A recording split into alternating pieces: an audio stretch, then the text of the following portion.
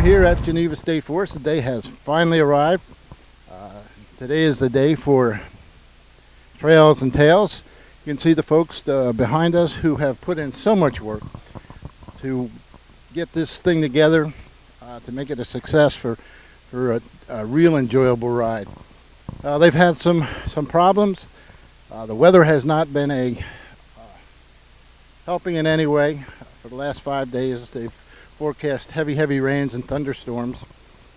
And come the day of the ride, that front has stalled and it's over New Orleans, and hopefully we can get the ride in. I'd like to introduce to you the president of the Geneva State Forest stakeholders, volunteers. This is Lynn McMillan. Hey Lynn, how are you? Good morning, Al. Good to have you here. So tell me, the big day is finally here.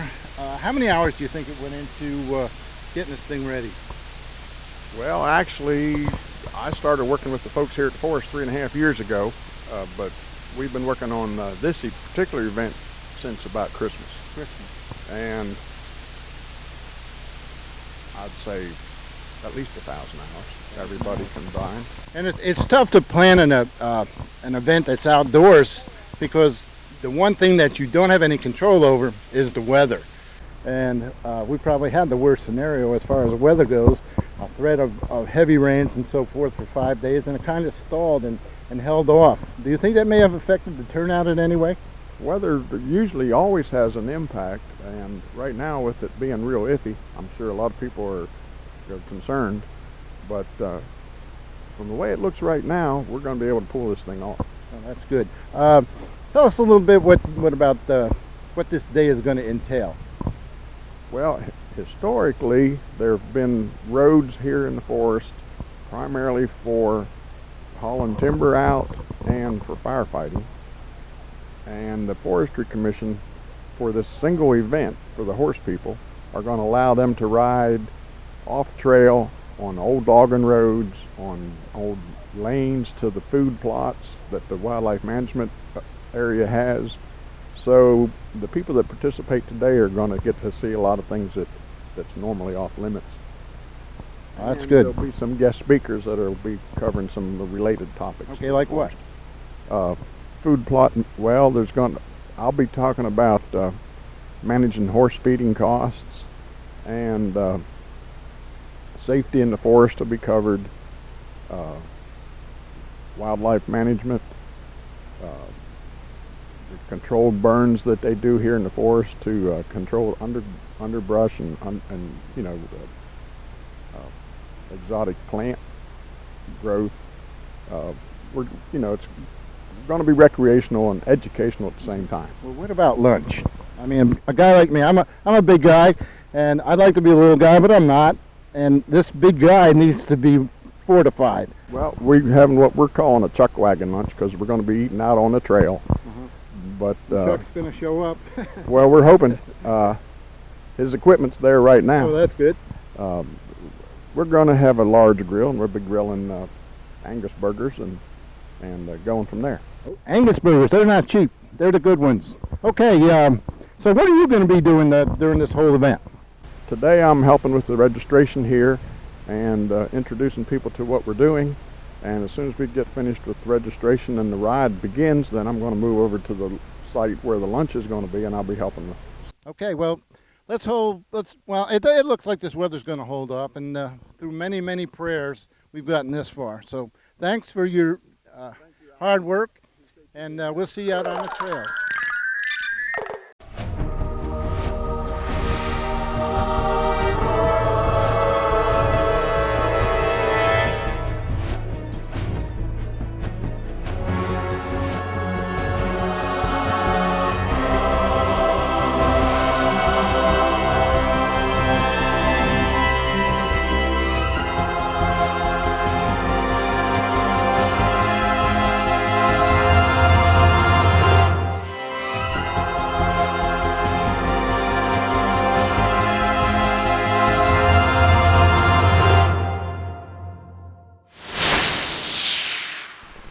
Well, it's getting pretty close to time to start the ride. The ride time is supposed to be starting at 9 o'clock. We were a few minutes behind because holding up for the weather, waiting for the last few of the people to show up who we kind of figured were going to show up, and they did. And of course we have to go through the rules and regulations and how things are going to be, and there's just a lot of safety things that when you're working with the state you have to take care of. We had an excellent trail boss in Donna Mosley, a lot of experience in riding. She's with the Covington Cowgirls, the Ops Saddle Club, and she has a lot of support with David Dean and her husband, and just a lot of good trail experience. And we felt that she would be the one that acted as the trail boss for this ride. And the trail boss, if you say, it goes. But you know, as we're waiting for her to get finalized and hit the trail, it'd be a great time to let's check out some of the local flowers.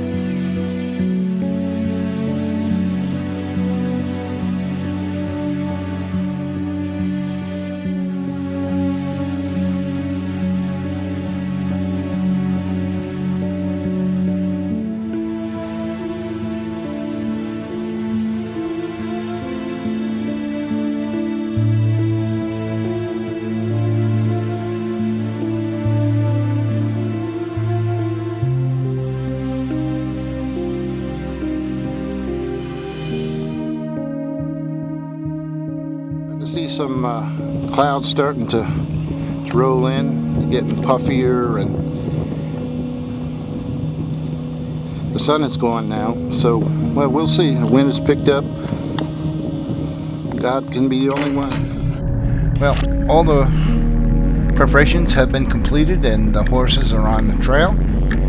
We'll be picking up the rear so that we can shoot some video and kind of do the fill and document this ride as best as we can. I'm really excited about it. There's places in this woods that I've never been, and I'm excited about going over there and seeing what this is all about. There is going to be a ATV ride coming up in June. Watch for that. And if you have an ATV and you want to go on the ride, remember that you follow all the safety provisions on this ride. Helmets, face protection, and all the necessary gear. No double riders or whatever. Just check with Lynn McMillan and he'll get with you on that and fill you in on what it's going to be like. But first, let's get on the trail. So we're going to be following all these horses, and right ahead of us is one of the forest rangers. There are Griggers in that little Polaris side-by-side. And I was a little intimidated by that because in the back of that Polaris side-by-side is what looked to me like to be a flamethrower. Now, if you're ever looking down the barrel of a flamethrower, you may get a little hesitant because sunburn hurts. Well, getting shot with the flamethrower is worse. But you got to remember, these guys do controlled burns here in the forest, and that is the equipment that they use to do that task. So we just trusted in God and in Daryl that he wouldn't pull the trigger on us. So, hey, let's take a look at the trails and follow the horses, and let's just go have a good time.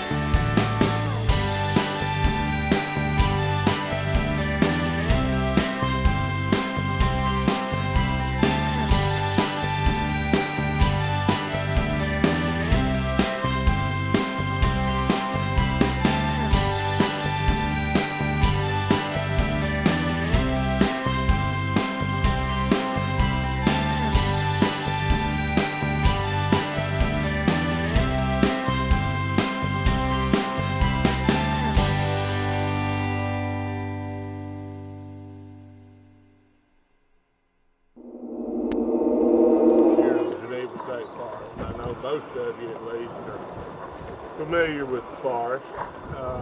There's about 7,200 acres here in the forest. Actually, I think it's about 7,280 if I'm not mistaken. Got a 100-acre lake, all the way up from up there.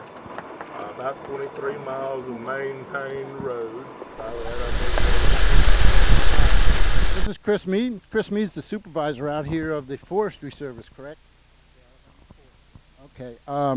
You're also a wildlife officer, correct? I'm a state officer for the Forestry Commission. I investigate timber theft and wildfires.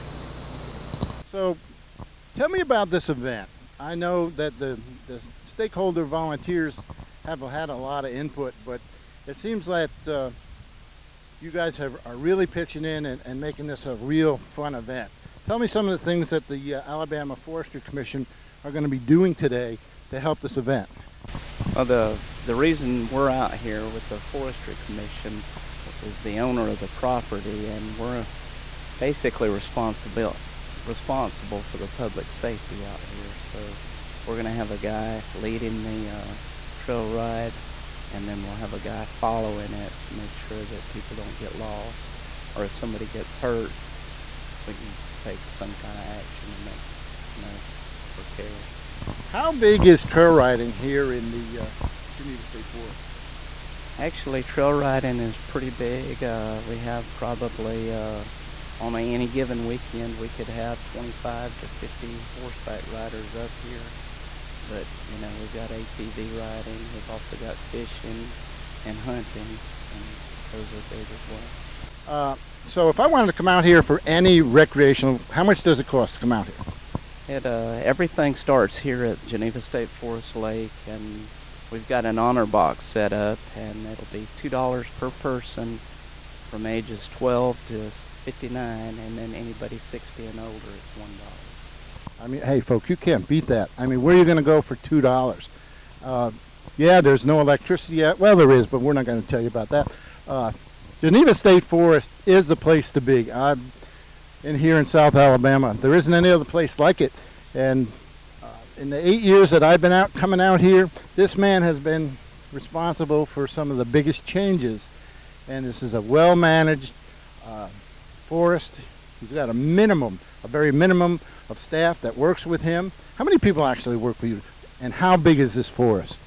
The forest is 7,200 acres, and myself and 2 other employees, and then also the Department of Conservation has 2 employees that work here for Part of the time.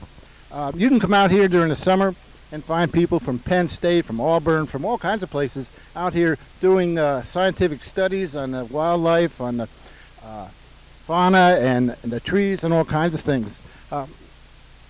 What is the primary tree that you grow out here in Geneva? At Geneva State Forest, our primary interest is longleaf pine. It's the native species here, and we naturally grow the pine if wherever we can.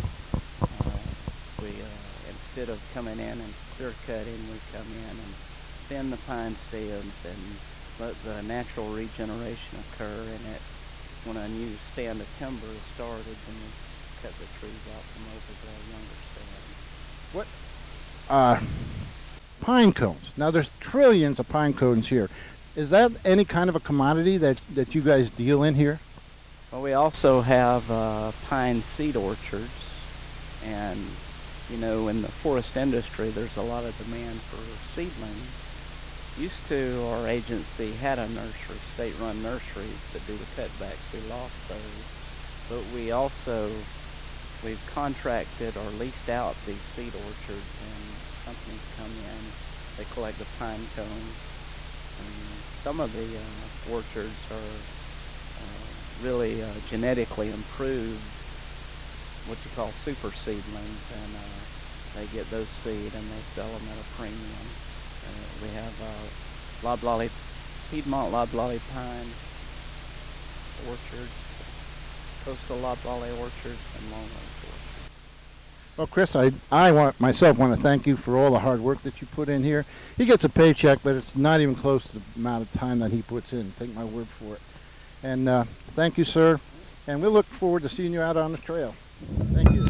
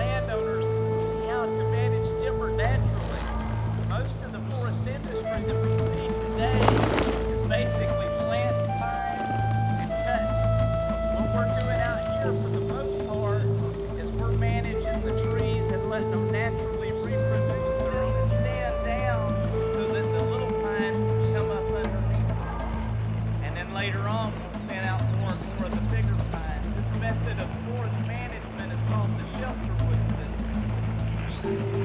Prescribed burning. We do prescribed burning in the southeast, and we tend not to have severe fire stations. You know, you come through that stand that was just a little bitty seedling. You can see how place. It was a big port on the East Coast. And then we had the town of Atlanta, and then we had Mobile, and they had a federal road that ran between those towns.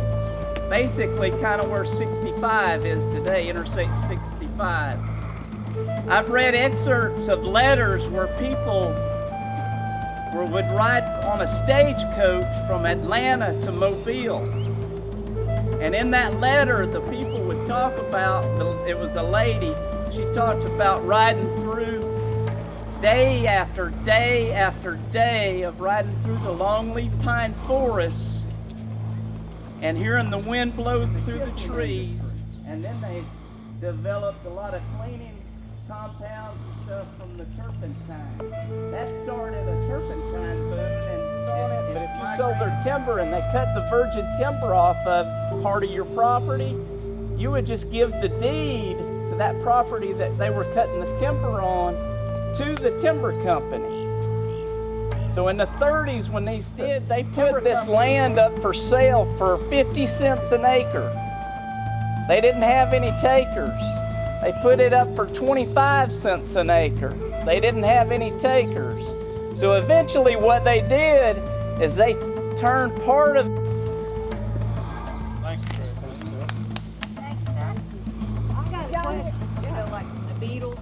Well, you know, we're going to eat lunch in a longleaf orchard. What happened in the past, when the timber companies, they couldn't figure out how to make them grow. They always died. So what they started doing is they planted loblolly seedlings. That's why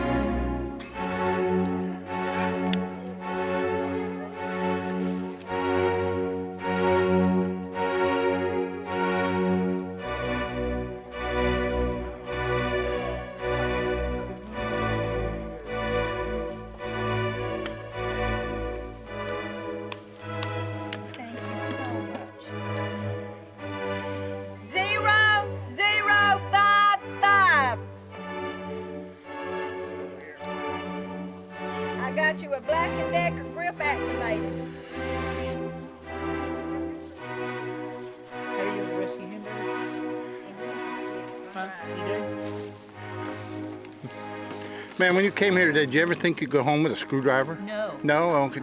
I knew I'd go home with a nut, but never a screwdriver. Oh no, now you got a nut and a screwdriver. And what's your name, ma'am? Janet. Janet? Thanks for coming. What do you win? A bag of feed. A bag of feed? Bird feed? Did you see what he did? All right, Brooke, draw me. No, you got a ticket. You have a ticket out? No. By the way, these gifts were donated by Marvin and Ted and Deborah Donaldson. Co-op gave the bag of feed. I have a ticket number of 0049.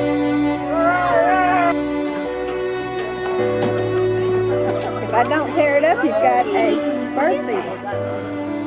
Marvin's. Now tell me your name. Sheila Walton. WLTON. Gosh, that's so cool. Think of the bird feeder. Oh, it is. That is so Stick your cool. name in it and I'll take it back to you. Alrighty, thank you. You need my ticket? Yeah, we'll put, what, 49? Uh-huh. And what I did was, you put both of them back in, so I tore it off, so you got it, you can... It's quit raining though. Call it out. 059. 059. Brooke, what's your number? We'll get them out of your Nikki, who's got it?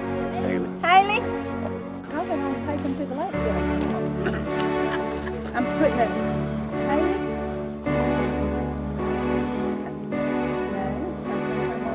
So what'd she win? A bird thingamadee. Oh, hummingbird feeder. Over there wanting a pile. 042. Behind you. Deborah Ford.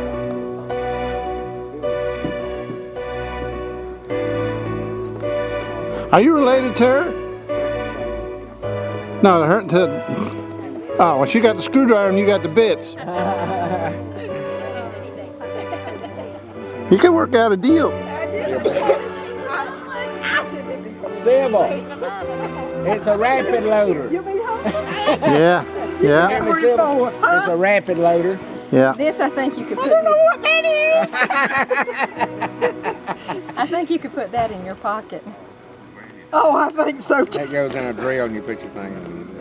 Well, that was George. Give it to Yeah, give him to him for his birthday. Go right there in my city. Have Yeah. a rapid loader.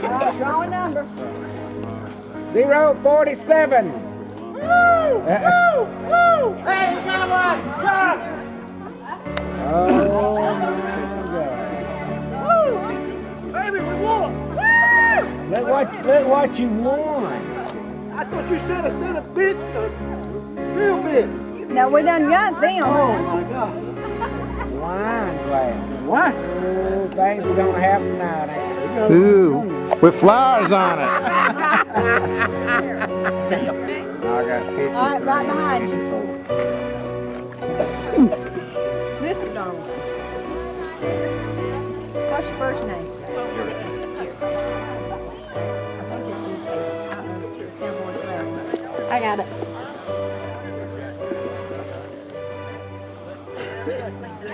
061.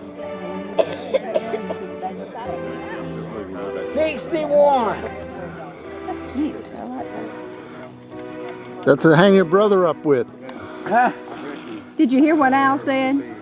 That's to hang your brother up with. And just hang him on the hook when you're ready. All right? You hang him up Just give me the 61 ticket now because we got a couple more things to go. Okay, do you want to take this with you or you want to pick it up at the lake? Okay.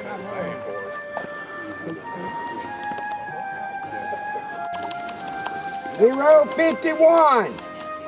Oh, that's mine. Hey, Okay, I'm gonna put it back in the truck until you get back to the lake. right, Give me 51. right. Hold it up and tell Donna to go, ah. You need to warm your horse. Walton. I like Whitney. He would love it.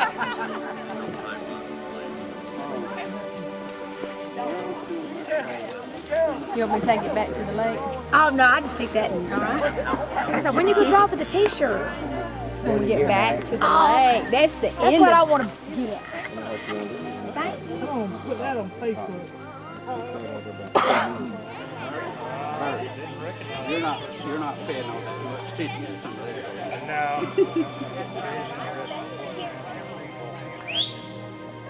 short trail, come back out on the main road. Come back out on the main road. The one that wants to go back to the lake at that point can. The others, I'm going to go up and hit the road to the right, go around Mud Hole Road, and come back out and then go to the lake. It should end up about 4 o'clock. According to the Weather Channel, there is still just the tip of a little light rain band on it now, but most of it's out of it. Looking at Christmas.